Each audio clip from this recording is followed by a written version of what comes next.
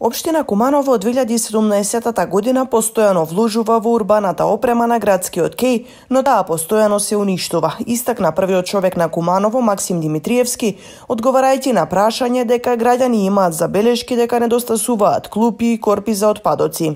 И ако на некоја локација имаме поставувана урбана опрема, тоа е токму оваа локација, градскиот кеј, не само што ја поставуваме урбана опрема, дополнително озеленуваме и така натаму. Имавме монтажа и на играчки за лица со посебни потреби и дополнителна опрема, но за жал ние не можеме да поставиме толку колку што неодговорно се уништува од страна на граѓаните. Видете, во оваа држава постои и полиција. Ние не можеме да ја сочуваме урбаната опрема. Видите, имаме во градскиот парк Соколана наместивме 40 клупи. Од 40 клупи, првата вечер од како ги наместиме, ги демонтираа дрвените пречки на 37 клупи.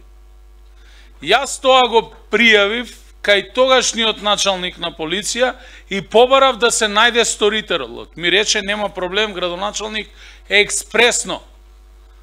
Не само што не се најде сторителот, него следниот ден и на тие 3 што остана и тие ги украдоа. Па монтиравме нови 40. Димитриевски нагласи дека се оштетуваат корпите за отпадоци во централното подрачје, а клупите на кејот завршуваат и во речното корито. Рече дека работа на полицијата е да се чува и штити јавниот имот, но нагласи дека општината не се обесхрабрува, повторно ќе се распише јавен оглас и ќе се набави нова урбана опрема.